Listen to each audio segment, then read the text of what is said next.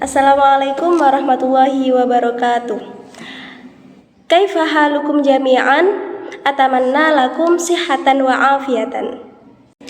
Pada pertemuan kali ini kita akan membahas tentang khobar muqaddam dan mubtada muakhar, yang mana pastinya kalian sebelum mendapatkan materi ini kalian telah mendapatkan materi tentang mubtada dan khobar.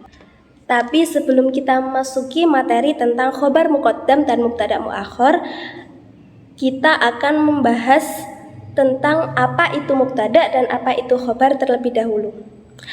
Apa itu mubtada? Mubtada adalah merupakan isim yang dibaca rofa. Isim adalah kata benda yang dibaca rofa atau marfu.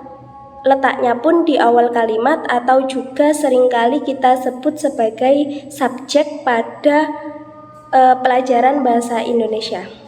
Kemudian yang kedua yaitu apa itu khobar? Khobar adalah menurut ulama ahli nahwu atau ilmu tata bahasa Arab mengartikan bahwa khobar adalah lafadz yang sepi dari amil lafdi dan disandarkan kepada mubtada. Jadi susunan dari khobar, letak dari khobar adalah setelah mubtada untuk menyempurnakan makna mubtada tersebut. Nah, contoh dari mubtada dan khobar adalah al-baitu janibal masjidi. Al-baitu janibal masjidi yang berarti rumah itu di samping masjid.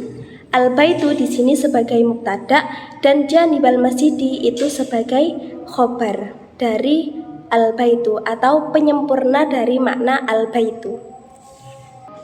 Kemudian contoh yang kedua yaitu lafadz al-masjidu kabirun.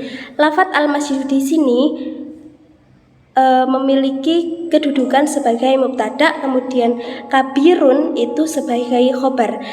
Kita coba perhatikan kedua lafadz ini. Yang pertama yaitu selalu dibaca rofa dan selalu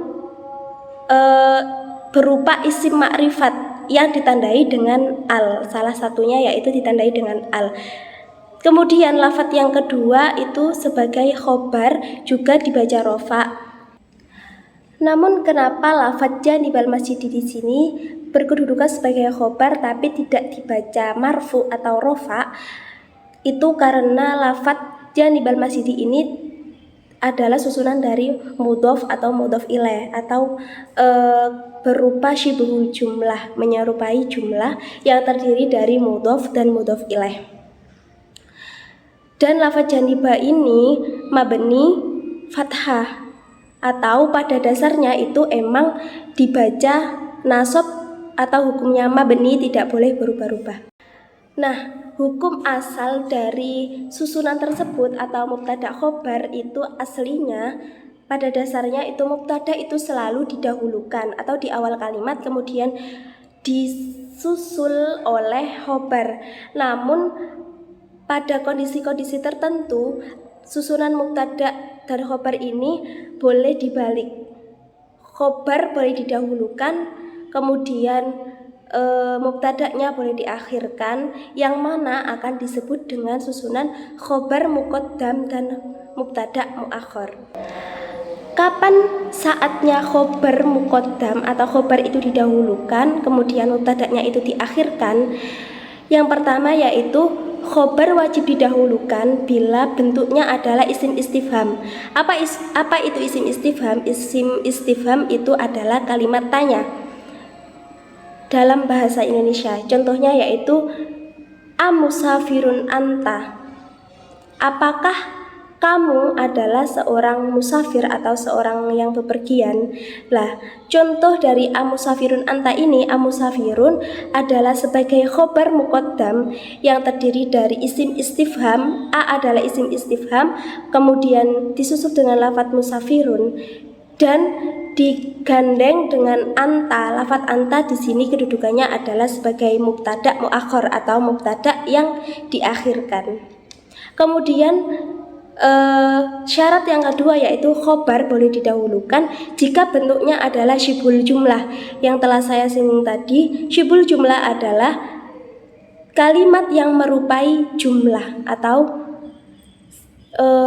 kalimat yang bukan termasuk jumlah ismiyah dan jumlah fi'liyah.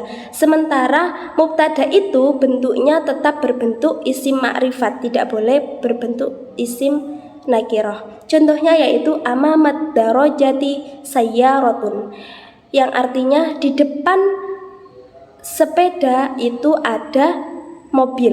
Lah, amamat darajati tersebut itu kedudukannya adalah sebagai khobar dan sayyaratun menjadi mubtada. Khobar muqaddam dan mubtada muakhir.